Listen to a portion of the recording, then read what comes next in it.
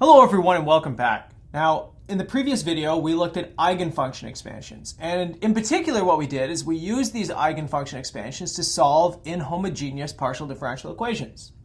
What I'd like to do is I'd like to continue with that approach, but I'd like to build up to more complex problems. And in particular, what we're going to look at today is inhomogeneous boundary conditions. That is some sort of forcing, say time-dependent forcing, taking place on the boundaries of your partial differential equation as well.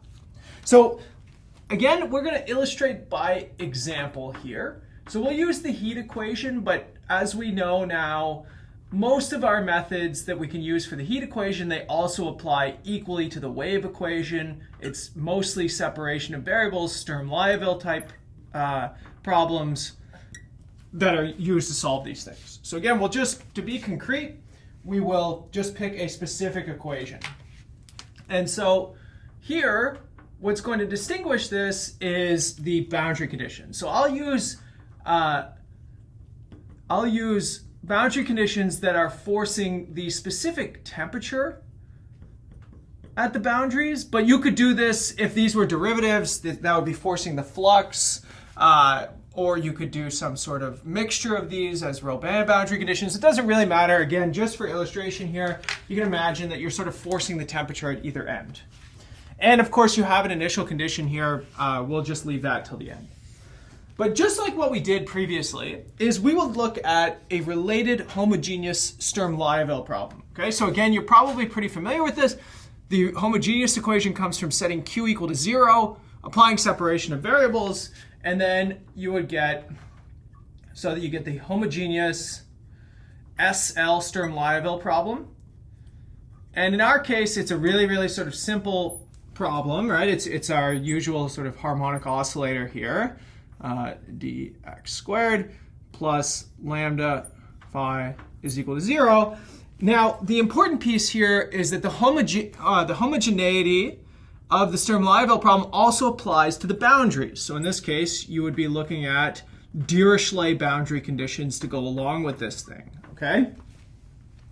Now, again, if you have a different equation, maybe if you have some x-dependent terms in here, then you would get a different Sturm-Liouville problem. But the point is, Sturm-Liouville theory tells us that we always have solutions to these things. And so we can write, or we could try writing our solution to our PDE as an eigenfunction expansion. So let's write u of x comma t equal to the eigenfunction expansion in terms of these Sturm-Liouville eigenfunctions. So let's do phi n. Sorry, bn of t, just to emphasize that. So time-dependent coefficients, x-dependent expansion basis functions. But I want you to notice something right away. There is a major difference between what we did in the previous video and what we're doing now. And that comes from the boundary conditions. Take a look at this. Right? So in this expansion, so at, say, x equals 0, this expansion vanishes, right? So you have phi n of 0 is equal to 0. And that means that you could never satisfy these boundary conditions, right? That is a bit of a problem, right? That's different than what we did in the previous video, because in the previous video we had homogeneous boundary conditions, and this homogeneous Sturm-Liouville problem allowed us to satisfy these things. Now, nonetheless, we can still solve the equation in terms of these eigenfunction expansions. The problem is there will be slight subtleties in the convergence of the series. So for example, our solution written in this expansion is never going to actually satisfy the boundary conditions, but it will satisfy the solution inside of the domain. So you'll see the influence of these boundaries even if it's not represented inside the solution. That's kind of a weird thing, right? It's a weird aspect of these series solutions, and it comes from what we learned with Fourier series already, right? We've seen that these things only converge at points of continuity for the equation. And where you have discontinuities, you get these sort of jump conditions, and you can never really get pointwise convergence for the series. Nonetheless, let's proceed as if this was going to work, okay? So the first thing is, because this doesn't satisfy the boundary conditions, I cannot differentiate an x, right? This is something we learned for Fourier series term by term differentiation, can't differentiate because these two things are not going to be the same, right? Here's my boundary conditions on U. Here's my boundary conditions here. Because you don't have continuity, you cannot differentiate. But you can still differentiate in time. There's no issues here with boundaries. And so let's get a time derivative first. So I get partial with respect to time. Okay, well, this one I can handle. This is just the derivative of Bn. So I can do term by term differentiation in time. That's okay for me. And once I put this into the PDE, here's what I get. And again, we're going to have to leave things fairly general. Well, I get the expansion with the time derivative. And I'm going to suppress the x dependence here just to make things easier to look at. And then I'm just going to write the derivative. So I'm going to keep the space derivative. I'm not going to do the expansion because, again, you can't do term by term differentiation because it's not continuous. And then, pardon me. And then the other thing that I'm going to do is I'm going to expand Q as an eigenfunction expansion as well. Again, that's something that we can do. Sturm-Liouville theory tells us we can always do this. So, and there's no derivatives that we need to take for Q, so we don't have to worry about any sort of issues arising from that term. Okay, so what I'd like to do is I'd like to multiply this thing by phi n and integrate, right? This is the projection. This is how we isolate individual terms in this expansion. So let's multiply by phi n and integrate. And you're going to do this technically for each n, but of course there's infinitely many n's, so I'm just going to do it, in complete generality. So I get now, projecting onto the phi n's here, right? I get the derivative of Bn of t dt multiplied by the integral squared of phi n, which I'm going to divide off in a moment. And then this is equal to, let's put the easy one first, the same thing, the Qn expansion, right? And now, here's the ugly term, because this is the one that we weren't able to really do much with yet. Where are we? Phi n dx divided by phi n squared dx. Okay, so the question is, how do we simplify this? How do we make it easier to work with? How can we actually solve it? Because, again, take a look at what we have. We just have an expansion as an eigenfunction expansion. So, okay, we have an ordinary differential equation for the coefficients here. But it's really sort of like an implicit equation because it requires the solution to the PDE to get these coefficients, right? So it's sort of circular logic at this point. And the question is, how can we satisfy that term, or how can we manipulate it so that I could actually get an ODE that I could work with? Well, the first thing I'm going to do is I'm going to use Green's formula. So remember Green's formula? All right, so you might have to remind yourself this from our general discussion on Sturm-Liouville problems. But here, I'm just going to give it to you. I'm going to remind you what it looks like. Okay, for a general Sturm-Liouville problem, you can write it like this. And so I'm going to write it specifically using the eigenfunctions of my Sturm-Liouville problem. So again, L, that's your Sturm-Liouville operator. In my case, it's just the second derivative. And this is equal to P times, and then phi n, the derivative of u of x.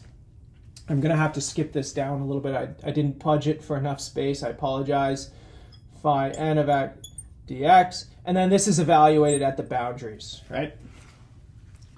Okay, so usually this piece vanished, right? Whenever we were doing this earlier, we said all these Sturm-Liouville boundary conditions, most of the ones we use, we make this thing vanish. We never have to care about it.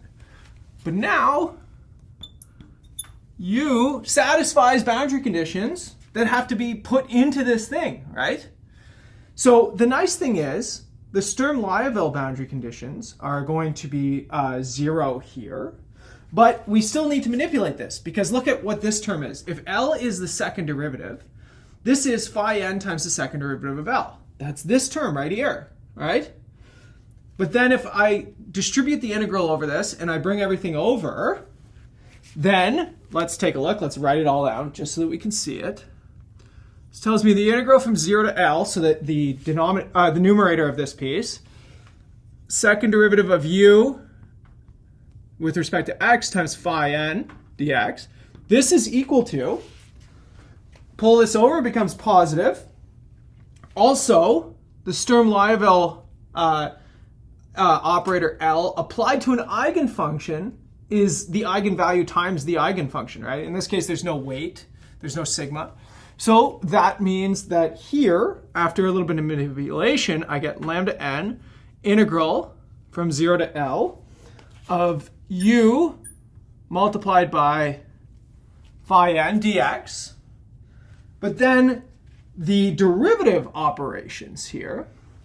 Now, in this case, I actually need to use some specifics of the derivative, okay? So again, this piece vanishes. So maybe I'll just put an x through it. And that comes from the fact that the Sturm-Liouville eigenfunctions vanish at the boundaries.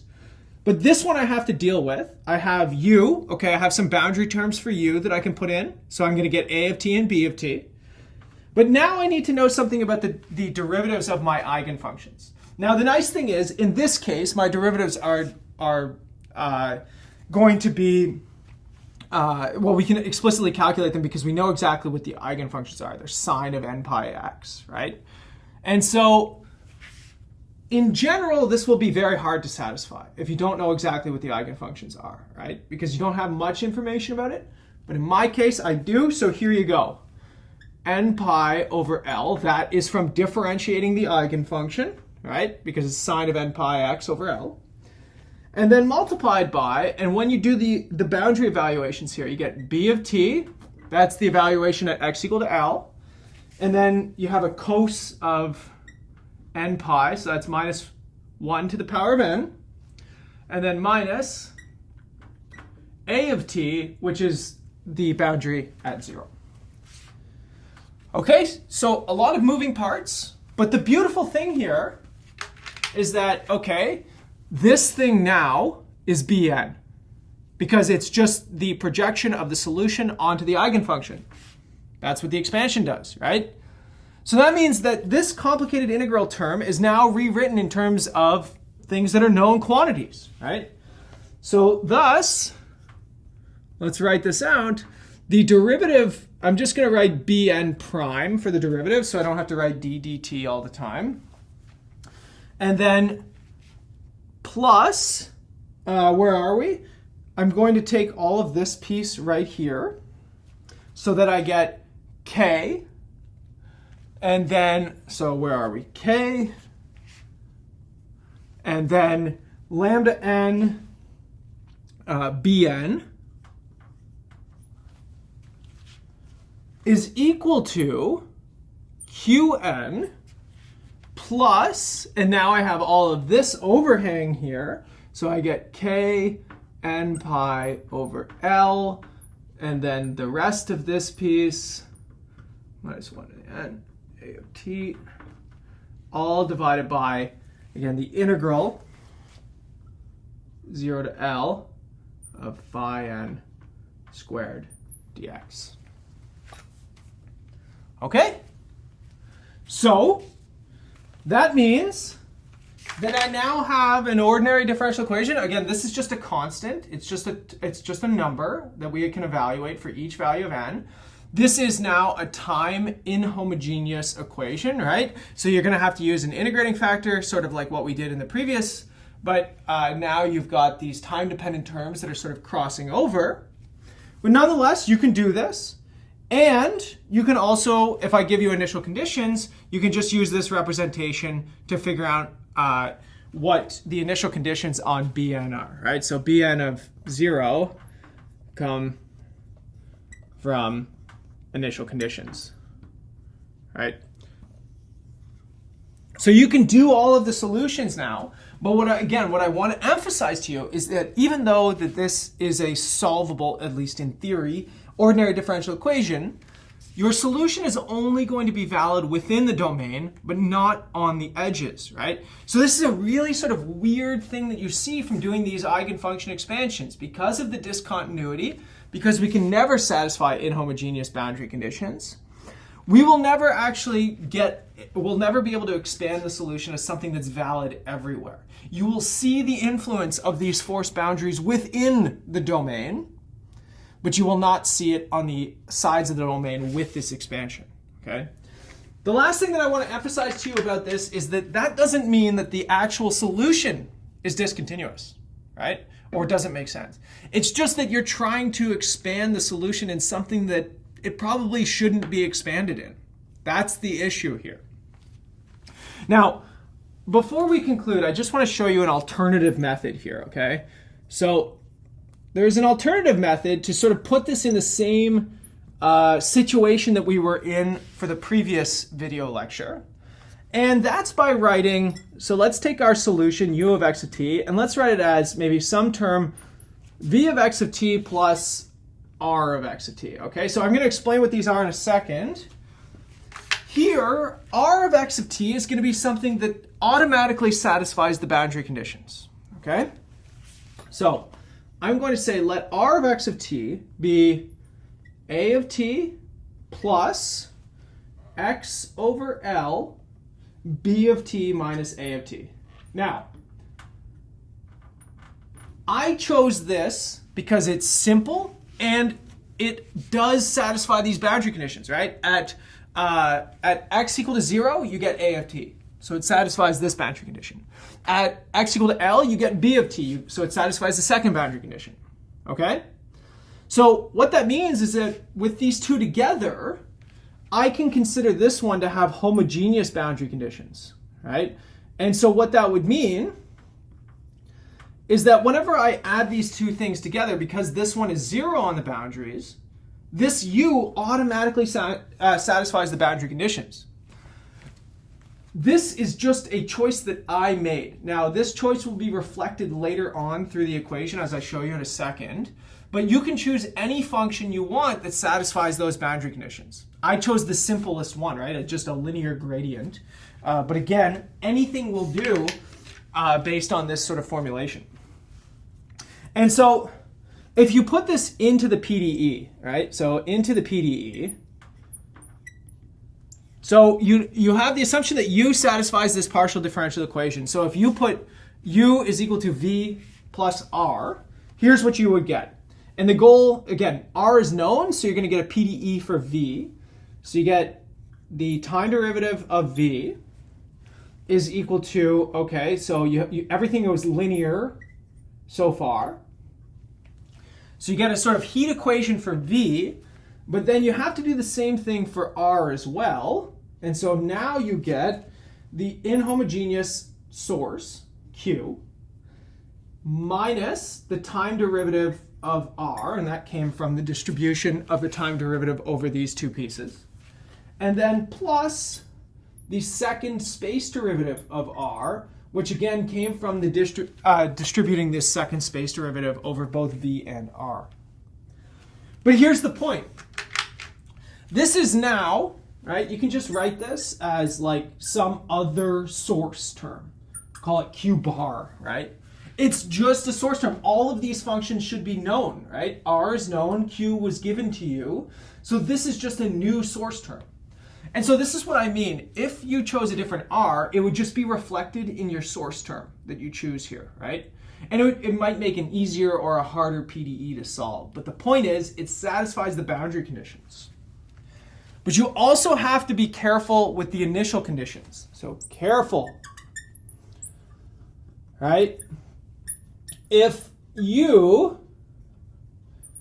is f of x initially, okay, then if you set t equal to 0 in all of this, this implies that v initially is going to be f of x minus r of x at 0. You have to be very careful, right? So that means that the initial conditions on v are not the same initial conditions on u, and that's because you wrote your solution to your equation as a superposition of two different pieces. So you have to account for whatever piece of the initial condition is already coming from the r term here. Now, in this case, though, now you've got, so plus v of 0t is equal to V of LT is equal to 0. And so now you're in the situation that you're in from the last video. Now you solve V with homogeneous boundary conditions, use an eigenfunction expansion, and things will be the exact same as the previous video. So there's two different ways to do this. It sort of depends on what you're more comfortable with. Both of them are relatively complicated, right? But the point is, something curious about this is that it works, right? We can do it. That is not something that can be said about most partial differential equations. They're very, very hard to solve and study. It's a very active discipline. But the point is, we've at least stepped up the complexity in homogeneity, and so now we have a way of solving much more complicated equations. And of course, this method generalizes to numerous similar or related problems. All right, I'll see you all in the next video, everybody.